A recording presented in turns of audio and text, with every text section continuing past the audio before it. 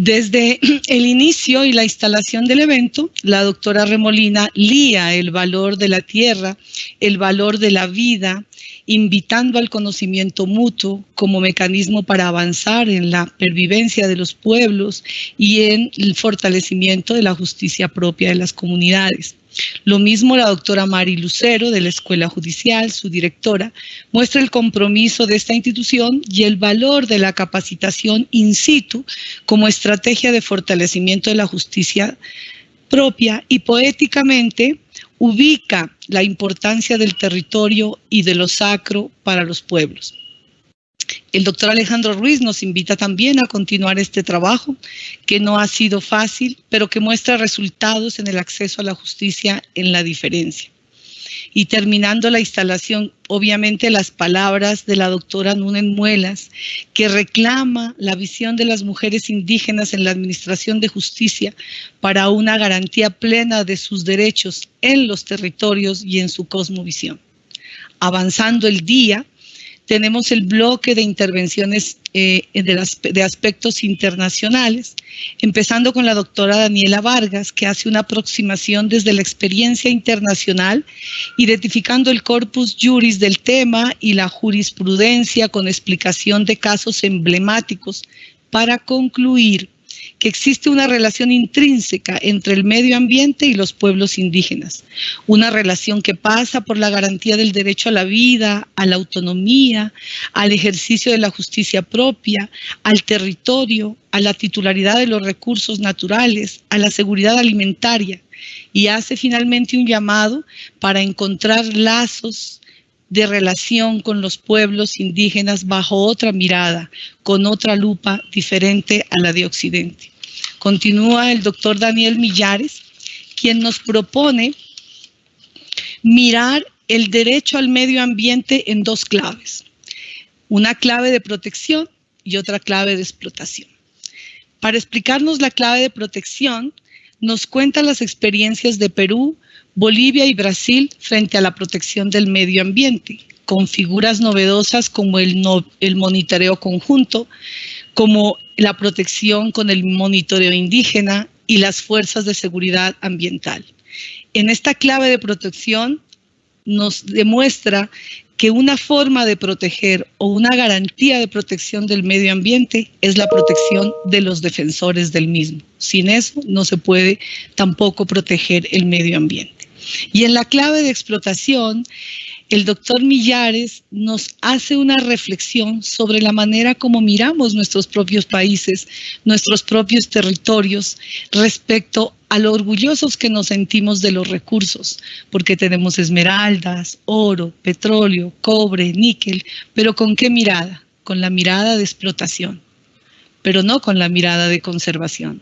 Por eso es urgente y necesario la construcción de una política pública bajo las perspectivas netamente interculturales, para poder tener otra mirada en clave de explotación.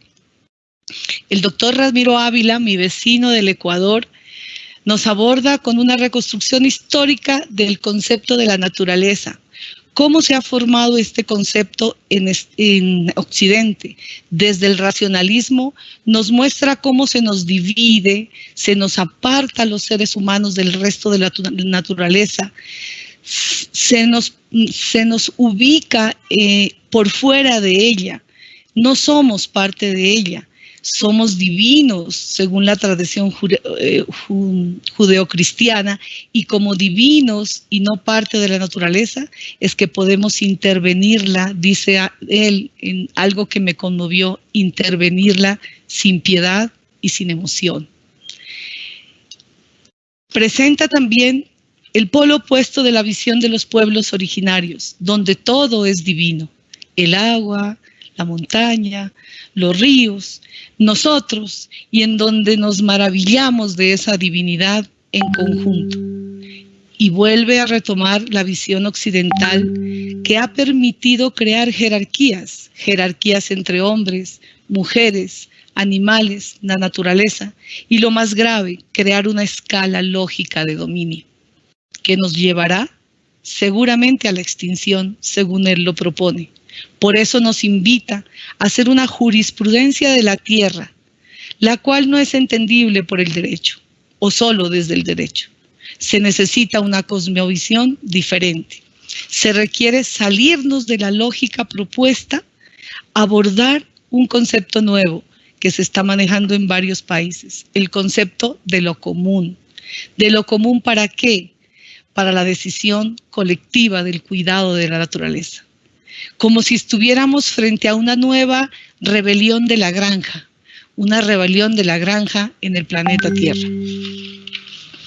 Posteriormente, viene el doctor Abadío Grimm, que desde el inicio de su exposición marcó la diferencia.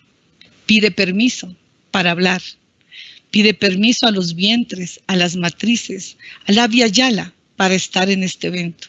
Marcó la diferencia con su voz, con su convencimiento, y nos enseña que para los pueblos indígenas no existe medio ambiente, ni recursos naturales, que la lengua propia habla de tejidos, de seres como nosotros. El ser humano no ha entendido que él no es el centro estático del universo. No quiere comprender que es un ser relacionado con el cosmos y la tierra y en movimiento constante. Por eso en lengua originaria, nos dice él, no se habla de ser, sino de hacerse. Explica cómo la educación de Occidente les ha negado el ser, cómo el progresismo y el racionalismo ha distorsionado la línea del tiempo, lo ha vuelto lineal, cuando el tiempo es espiral, como es el ADN, como es la huella digital, como es el vientre, como es el obligo. Y nos invita entonces a una pedagogía de la Madre Tierra para cambiar el sujeto del centro del universo hacia la Madre Tierra. Y para eso se requiere, casi poéticamente lo dice y es textual, viajar al interior de nosotros, leer lo que somos, en el tiempo de nosotros, en el tiempo de transformarnos, y nos invita a ser nuevos guerreros del arco iris. Continuando con el panel normativo, nos habla el Mamo Caso Kaku y nos presenta la importancia de la Declaración de los Derechos de los Pueblos Indígenas, haciendo énfasis en que lo verdaderamente importante de esta declaración es incorporarla a lo público. Incorporar estos postulados con respeto al ser distinto, con libre determinación. Se puede vivir en la diferencia, menciona Caso, sin la exigencia de parecerse a Occidente, de parecerse a la mayoría para ser reconocidos. Nos acompañó también en la jornada de la mañana la doctora Gloria Amparo, magistrada de la JEP. Nos lleva en un viaje a través de su experiencia y de su conocimiento del marco jurídico y el estudio de casos para comprender, y con emoción lo dice, la dimensión del territorio para la pervivencia de los pueblos indígenas, en donde se hace realizable la vida digna. Y la vida digna con garantía de subsistencia, con garantía del goce de su espiritualidad, con expresiones culturales, sociales y políticas diferenciadas y en su cosmovisión, para llegar a lo que ella dice era el cúmulo de su exposición, a la armonía. Yoluca, experiencias también que nos muestra a ellas de resistencia de los pueblos, y hace un llamado de la importancia de que los jueces entiendan esto, entiendan el valor y la cosmovisión del territorio, más allá de los espacios de propiedad. Luego nos acompaña el doctor Jorge Iván Palacios. Él comienza haciendo un reconocimiento a los demandantes, accionantes y terceros intervinientes en las acciones de tutela. Dice él que la intervención de estas personas ha fortalecido la justicia colombiana y ha modernizado a la sociedad colombiana. Los accionantes, menciona el doctor Palacios, le arrancaron a los jueces los lienzos que le cubren los ojos de la justicia de Temis, aquella vendada. ¿Con qué? Con el don de la creatividad, para que vean lo que pasa en el mundo de verdad y respondan a las necesidades sociales en un país marcado por la inequidad y la desigualdad. Luego se refiere al reconocimiento por parte de la Corte Constitucional del río Atrato como sujeto de derechos. Dice, la Corte salvó al río y por allí salva al Chocó, salva a Colombia y salva al planeta. Con este precedente, me parece a mí que hay toda una oficina de registros de nacimientos en Colombia, porque salen a nacer por otros fallos, en otros despachos, en otros sitios del país, nacen ríos como sujetos de derechos. El río Amazonas, el río Magdalena, el río Quindío, el río Conveima, el páramo de las Hermosas, el Parque de los Nevados y desde mi sur verde, la prohibición de las expansiones aéreas con glifosfato en los territorios del pueblo Agua. Los jueces, dice el doctor Iván Palacios, se salieron de los esquemas. Y finalmente se pregunta, ¿qué viene ahora? ¿Qué otros lienzos tienen que caer de la justicia de Temis como para la reflexión? Luego nos acompaña el doctor Oscar Danilo Amaya, del Consejo de Estado, y nos explica cómo el Consejo de Estado decide los conflictos de competencia en las salas de consulta, teniendo en cuenta los casos, no la generalidad. Y en esos casos que lo escuchamos, ¿qué ha hecho el Consejo de Estado en reconocer?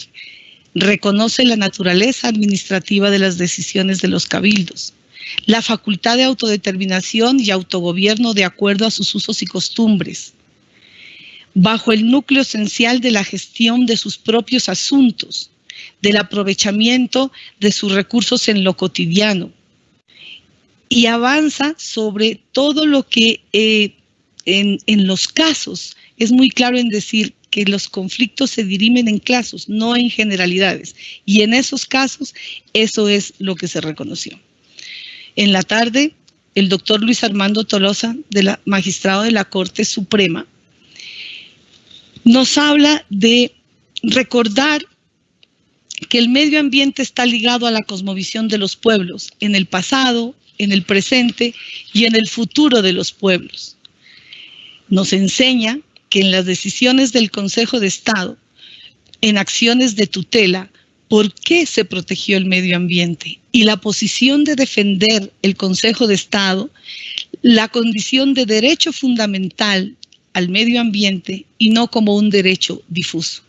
Situación que cambia radicalmente la postura. El Consejo de Estado también se apropia del concepto de la dignidad humana, de la naturaleza misma de la vida y la afectación de la supervivencia de todos, de las generaciones pasadas y futuras. Los derechos fundamentales se extienden hacia los herederos nuestros, hacia las futuras generaciones, en un planteamiento innovador y único. Tenemos la obligación de entregar a las futuras generaciones un mundo vivible para la posteridad. Si no defendemos el ambiente, no se puede ni siquiera pensar en la existencia del Estado. Nos habla también de la legitimación en causa de las personas que de diferentes lugares abogaron en las acciones de tutela por el derecho al medio ambiente, en las que él nos mencionó claramente. Y nos explica en un mensaje muy claro que estamos transitando de un mundo androcéntrico, antropocéntrico, donde el ser humano es el centro del universo y por eso divino, además, como nos decía Ramiro Ávila, se cree con derecho de intervenir sin sentimiento y sin emoción en los recursos naturales. Él dice, estamos transitando a un mundo ecocéntrico, antrópico, dinámico. Tenemos que cambiar la visión y filosofía de la vida y ser resilientes con lo que está pasando a nuestro alrededor. La Corte formula una revisión de los códigos del mundo, apartando de las concepciones eurocéntricas, un nuevo orden público, un Estado de derecho ambiental. Y además hace énfasis en la decisión de la Corte para la efectividad de sus resoluciones, de designar a los accionantes como veedores del cumplimiento de sus fallos en los territorios. Y por último, el doctor nos habla sobre el Pacto Generacional por la Vida de la Amazonía, un principio básico de la justicia climática, la necesidad de esa justicia climática en que estamos comprometidos todas las generaciones. Pacto Generacional por la Vida de la Amazonía, que fue el tema en que se enfocó la conferencia. Posteriormente, el doctor Jorge Iván Hurtado retoma el tema de la protección de la Amazonía, nos habla de la diversidad, la vida de un ecosistema como un ecosistema, la belleza del ecosistema, pero también nos evidencia las amenazas que tiene, los escenarios de deforestación. Me pareció supremamente importante el reto que él le lanza a la judicatura. Le dice que debe pasar de la teoría en el fallo y darle a las providencias herramientas que permitan y elementos que permitan su eficacia. Y uno de los elementos que permiten garantizar los derechos es la participación de las comunidades, el derecho a la participación. ¿Y cómo se podría hacer ese derecho? Habla el derecho a la participación en el marco de la consulta previa, una consulta previa amplia, eficaz y suficiente. Habla del derecho de participación en el acceso, con el acceso a la información de calidad, garantizando las asimilaciones, porque la información es muy técnica, garantizando que los pueblos entiendan la calidad, la información que se les envía. Y también habla de el respeto por el conocimiento tradicional, el traer a todos esos mecanismos de participación, los conocimientos tradicionales para la construcción de decisiones colectivas. Amplía, dice, hace mucho énfasis en esa realidad que debe permanecer después de los fallos. ¿Cómo hacemos que los fallos que hemos visto aquí de mucha vanguardia sean efectivos? ¿Cómo hacemos para que los mismos fallos contengan elementos de efectividad?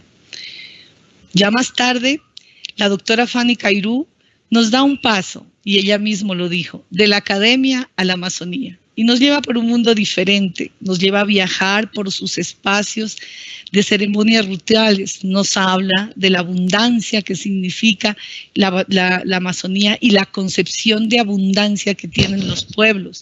Nos habla del yagé, del carnaval del perdón, nos alerta de la pérdida de varios de los rituales. Nos habla de las mujeres como receptoras y herederas del conocimiento, centros de la vida, de la reproducción, de la abundancia, de la restauración de la selva y de consejeras. Los rituales, dicen, son la conexión directa con el territorio y nos invita a conocerlos. Y también nos dice que los pueblos de la Amazonía son los que permiten que ella esté de pie. Luego, en la tarde viene la calma, una hermosa calma poética de Hugo Juamioy. Creo que a todos nos vino bien ese cambio hacia la voz de este hombre maravilloso que hace una asociación sobre lo que es el territorio y la palabra. La relación, dice, de la tierra con la palabra genera conocimiento. Conocimiento que es fundamental para la existencia de los pueblos, fundamental para las primeras formaciones, y retoma el pacto de generalidad generacional por la Amazonía de que hablaban en el Consejo de Estado, para decir que los pueblos siempre lo han hecho, que para ellos sus usos y costumbres, en sus usos y costumbres están convocados todos, en la familia en su conjunto, que lo que es lo que justifica su existencia, la espiritualidad y la relación con los seres son la primera escuela de formación para los pueblos y para restablecer sus derechos. Hace un recorrido poético y luego nos invita que vamos a esa tierra, que vamos a esa tierra para descansar a la sombra del respeto. Muy lindo. Muchas gracias, Taita Hugo, porque fue un momento hermoso, como todos, en este día.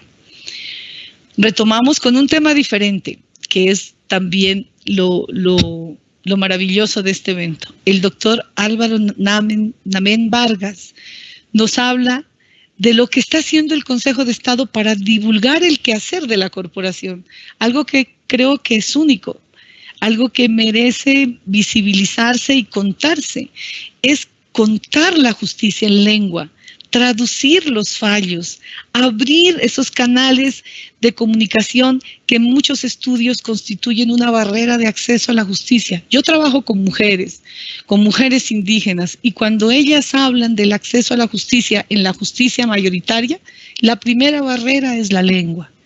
Incluso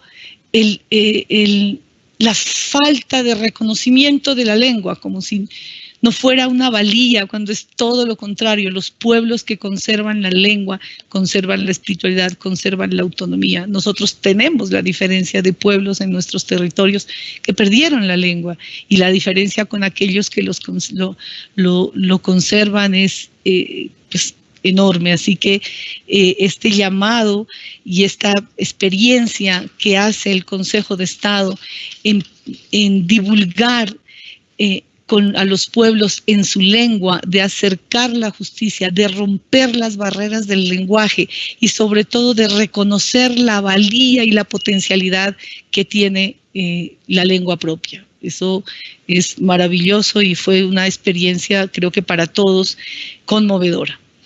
Luego viene desde La Guajira Andrónico Urbay Puana. Lo conozco, sé cómo habla, es un hombre maravilloso y nos hace un recorrido de lo que es la vida de los wayú, de todo lo que han logrado como patrimonio cultural de la humanidad, en todas las sentencias que él no mencionó, todo el litigio que han tenido estratégico, todo lo que han ganado. Pero dice al final que a pesar de todo esto, es muy poco lo que él ha visto cambiar. Esa es una preocupación grande, es una preocupación que nos llevamos hoy. Es muy lento el cambio, a pesar de haber tenido tanto reconocimiento, dice que no lo ve.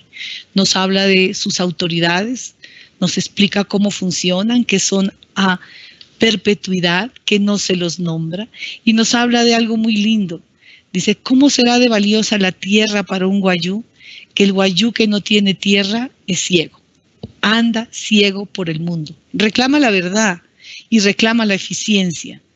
Es un mensaje y un reclamo que deja él en este evento para consideración y para esfuerzo de todos ustedes, que tantas decisiones que hay en favor se materialicen en sus comunidades.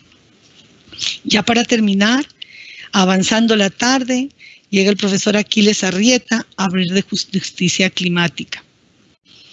Él menciona algo que es permanente en sus exposiciones y su convencimiento. Él dice que donde hay diversidad hay oportunidad. Y esta vez, al referirse a la justicia climática, dice que no hubiera sido posible darle personería jurídica a un río con el conocimiento occidental o solo con el conocimiento ancestral. Dice que este reconocimiento es una figura producto de la unidad y del diálogo y de esa creencia donde hay oportunidad de ser mejores en la diferencia.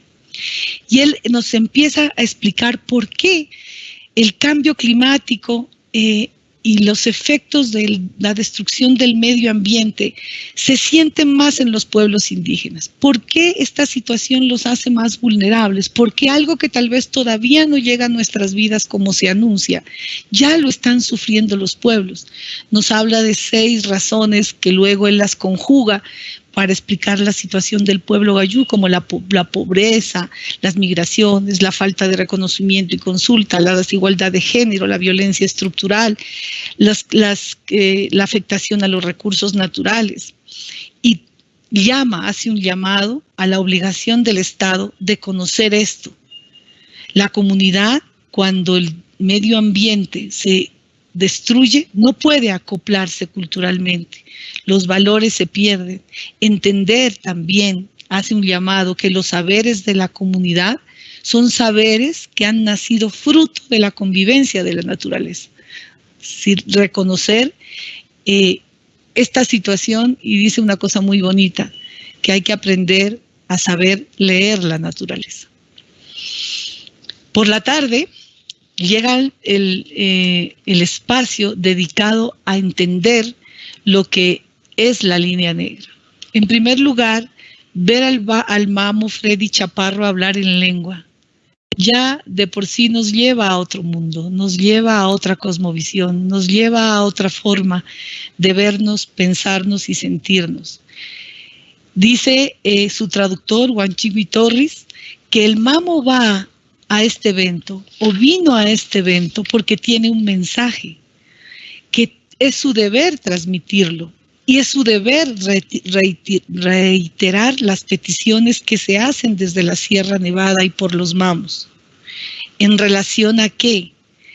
Al respeto de los puntos sagrados que están alrededor de la sierra, que no son los que se cuentan únicamente, que hay más, y que de esa interconectividad continua depende la supervivencia.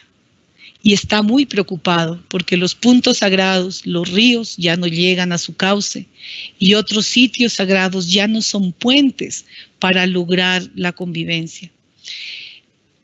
Dice él que conservando los puntos de conexión integralmente se puede pervivir en la sierra y en el mundo, y la sierra en este sentido como corazón del mundo.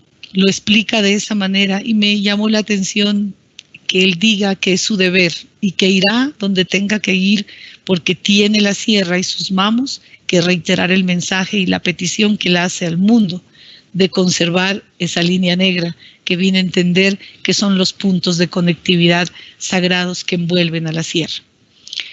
Y ya por último, en una exposición que de todos aprendimos, cosas muy novedosas del doctor Juan Pablo Muñoz, quien ha acompañado también a los pueblos en estos espacios, nos habla sobre la línea negra como concepto cultural propio con efectos jurídicos. Dice cómo y nos explica cómo este concepto se volvió parte del sistema jurídico, como un máximo estándar de protección de los lugares sagrados de los pueblos. Nos habla del recorrido que se ha hecho en la conceptualización de la línea negra y de la forma como el Estado lo ha estado integrando al sistema jurídico desde 1973 y de las luchas para decirnos que la línea negra, si puede entender y definir, es un espacio georreferencial y que el Estado debe comprometerse a proteger y garantizar la relación intercultural, funcional y la autonomía política y cultural de este espacio georreferencial. Dice que este concepto de línea negra excede el concepto de propiedad, excede el escenario del marco de la consulta previa, que se debe tener otra mirada, que se debe capitalizar todos los avances que él nos mostró, jurídicos y jurisprudenciales, para tener otro diálogo con las comunidades, un diálogo que se salga de la afectación, que se salga de la consulta previa. Utilizó un término, desconsultivizar, y tomar todo lo que se ha logrado para poder avanzar. Se puede pensar, dice, en la macroterritorialidad a partir de lo sagrado, una política de espacios sagrados con protección efectiva de estos derechos.